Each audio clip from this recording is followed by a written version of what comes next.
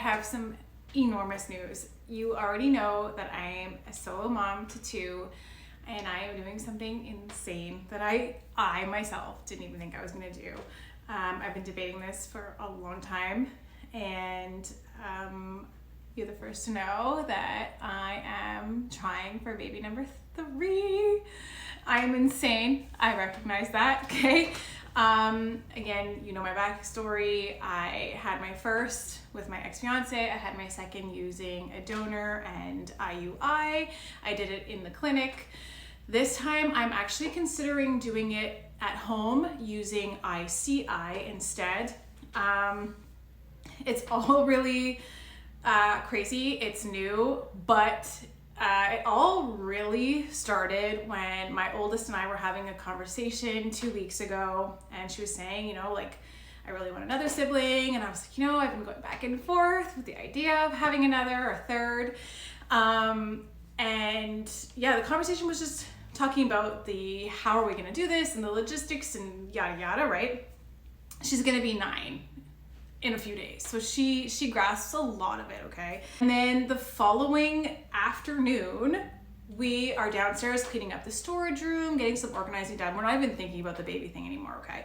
We are doing some organizing, and I'm going to show you. I'm going to pop all these things on the screen because I am a huge believer in signs. I'm a huge believer in the universe. I'm a huge believer in divine timing, and everything happens for a reason, and we're all guided and whatever. I won't get too woo-woo on you, but yeah, it all was like, girl, hello, this needs to happen, okay? Yeah, again, so I was looking through one of my old boxes when I was doing interior design, just probably something you didn't know about me, but I studied interior design twice, 2 different schools, got my diploma in it, and never worked in the field whatsoever. It's a little passion of mine. It's just that I don't necessarily have the eye for it, so I never really felt called. I'm better at drawing and drafting and things like that. Like, I liked the technical part of it, but the creative part of it didn't really come naturally to me, I guess. So I kind of felt defeated whenever I would try. So, story for another day. Yeah, back to what I was saying. We're going through some of the boxes, and I find this purple like file folder thing, and I didn't even remember I had this thing, okay? And apparently I kept this little file filled with things from my first pregnancy, and this is with my daughter that I was talking to, or having this discussion with, okay? And it had all the sonogram, ultrasound pictures, it had pregnancy magazines, and we were both like,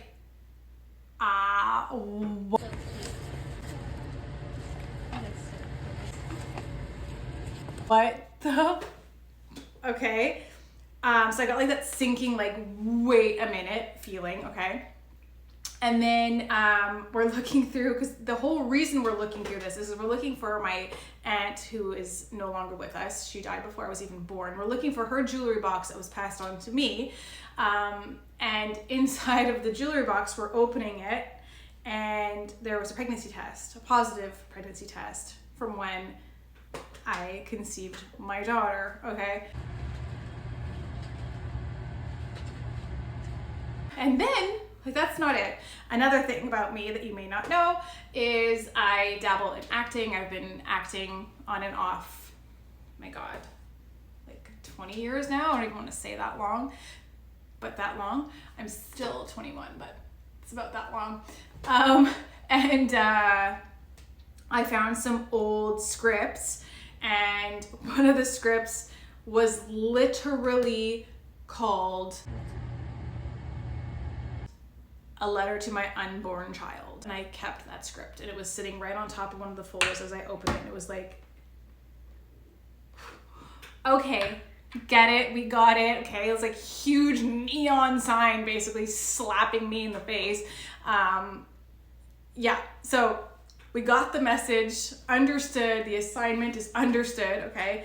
And yeah, so I'm excited to let you know that we're starting. I'm meeting with my fertility doctor again next week. The week after next. And the ball is rolling. I'm starting to look at donors again.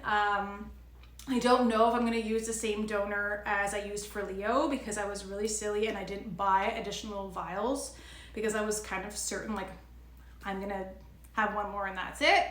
So I didn't really plan ahead, which is not recommended.